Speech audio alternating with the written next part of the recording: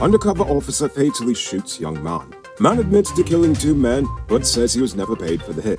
Guy Suko falls well below target. And bending over backwards for exit.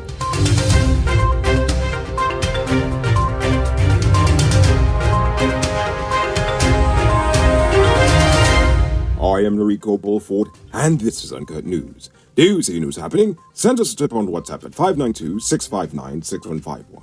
Protests erupted in Golden Grove this weekend following the officer-involved shooting death of 25-year-old Quintin Bacchus last Friday in Haslington.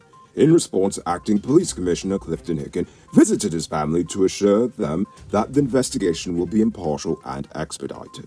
However, the police have already provided 2 versions of events. Initially, the force claimed that officers were in Haslington for an unrelated operation when Bacchus was spotted with a gun and started to fire at police as they approached him, so they shot back. 4 hours later, they said that Bacchus was the target of an intelligence-led police operation and was attempting to sell a gun to an undercover police when he ran and opened fire on the police. The police then returned fire, fatally wounding him. Family members do not believe the police force's version of events, whichever of the 2 they're speaking of. Additionally, CCTV footage from close to the scene showed the plainclothes officer running behind Bacchus as several gunshots could be heard. To mark the 42nd anniversary of the assassination of its co-leader Dr. Walter Rodney, the WPA has decided to pimp the late revolutionary's legacy by pledging its commitment to help create an organized national movement to resist dictatorship and create a new political order based on power sharing.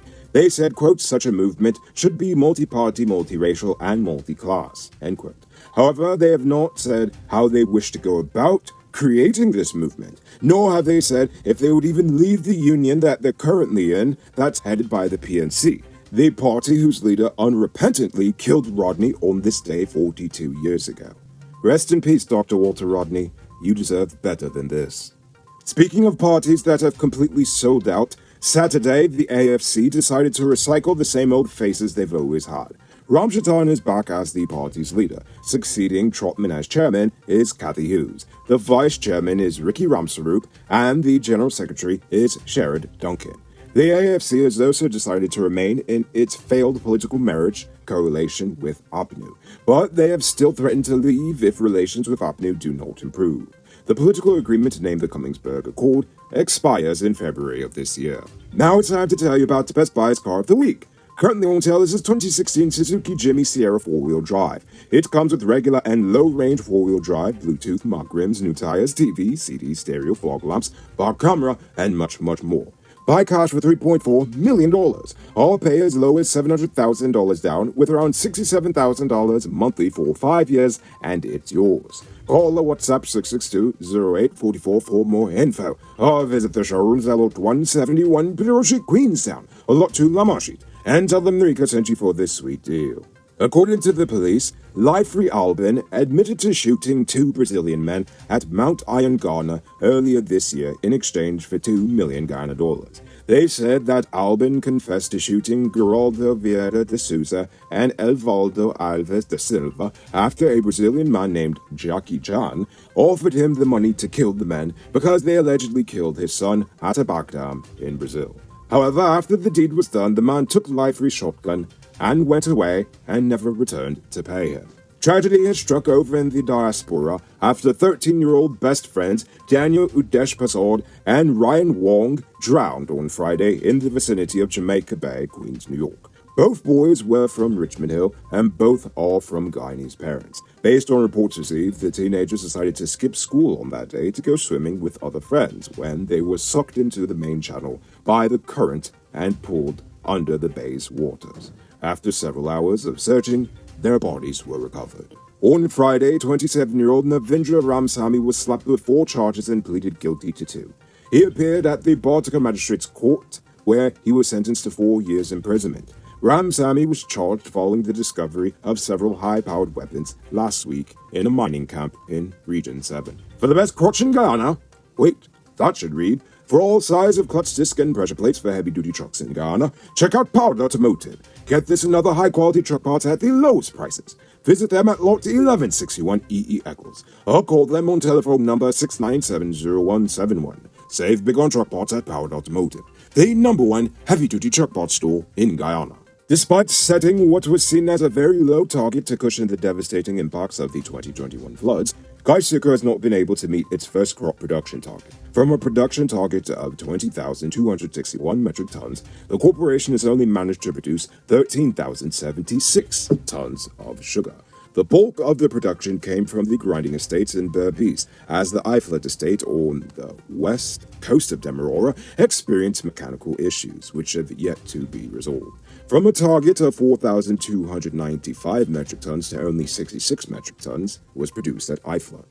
Meanwhile, on Friday, the government signed 9 contracts valued in excess of $457 million for the procurement of critical machinery for Guyana at Blairmont and Rosehall estates. But nothing for Eiflet. Nothing for Eiflet. On Friday, 20-year-old Sharmika Gibson was charged with murder. She was not required to plead to the charge after she was accused of fatally stabbing Carol Davidson in an attack carried out with 3 persons last week. Gibson was then remanded to prison until later this month, when she will be officially sentenced. Now for today's oil update. Guyana's Environmental Assessment Board is set to hear concerns surrounding ExxonMobil's planned 12-well drill campaigns for the Kaieteur and Kanji offshore blocks on June 30th. A notice published by the EAB on Monday outlined that the public hearing will address the Environmental Protection Agency's non-requirement of environmental impact assessments for both projects. It will be held in the conference room of the Roraima Duke Lodge at 1 p.m. So, June 30th, 1 p.m. Duke Lodge. Be there.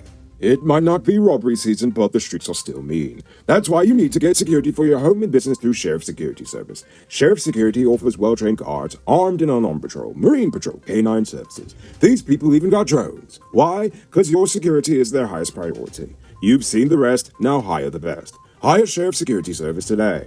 Now for our stupid news. You know what I think is stupid?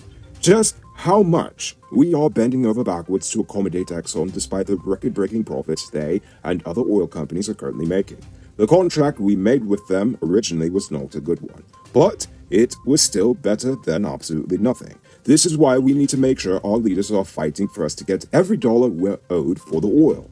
One of the ways we could make sure we're getting our money's worth is to ensure that Exxon abides by the rules of the contracts set apart.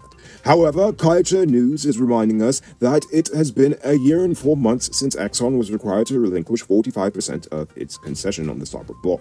A concession that already exceeded the legally allowed limit in the first place. Even though the government is well aware of this, no contract extension has been officially granted. In fact, Exxon and friends are already planning to drill 12 wells this year and are awaiting the blessings of the nation's Environmental Protection Agency to move ahead.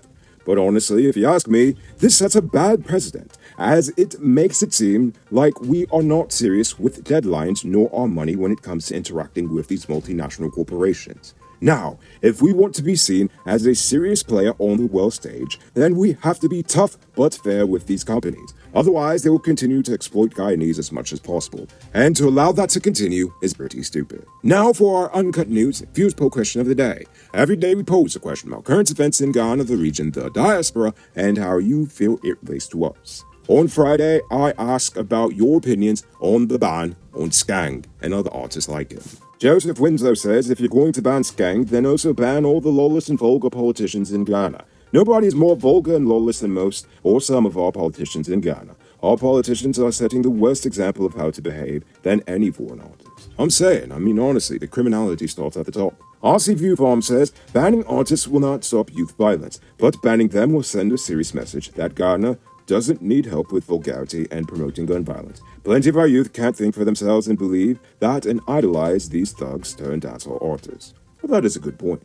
Vernon Kadar says people have to remember that most Jamaican artists sing about day-to-day life there, and they don't really seem to know or realize this, so banning them won't stop the violence. We need more curriculum activities for the youth, or isolate them from society for a while, such as national service. I'll be willing to go. Well, good stuff. We need as many people to help as possible. And finally, Barefoot Wanderer says, not promoting degenerate artists sends the message of what's not needed within society. Who calls the behavior of having the youth throw glass bottles and popping off their guns at this concert? And I'm sure there was a plethora of Molly at this said concert as well. Banning will not fix the violent actions of the youth. However, the government needs to fund youth programs to keep the youths engaged with after-school programs of overall development and also to uplift their literacy level. Many of today's youths are less educated now compared to when Guyana had no money. The oil money is there, and the government needs to make this happen. Thank you. This is exactly what I'm saying. Should we be encouraging dunce thug behavior? Of course not. That's stupid. But if you ask me, banning music with hopes that it'll improve society is like thinking you could fight world hunger by banning obesity. I mean, sure, we should not be encouraging people to get fat, but it's not going to put any more food in poor people's stomachs. Poverty is a disease, gang violence is a symptom. Treat the symptoms, but address the disease as well. So before we get to tonight's question, you can multiply your cash by selling digital top-up. This is a legit way you can earn some extra money at your business or to supplement your current hustle. Become a top-up vendor quick and easy by linking with Cellular Plus. Call them on telephone number 685-3109 for more info. Now for tonight's question. The shooting of Quintin bacchus is just the latest in a series of recent police shootings. What should be done in order to reduce the amount of police shooting civilians?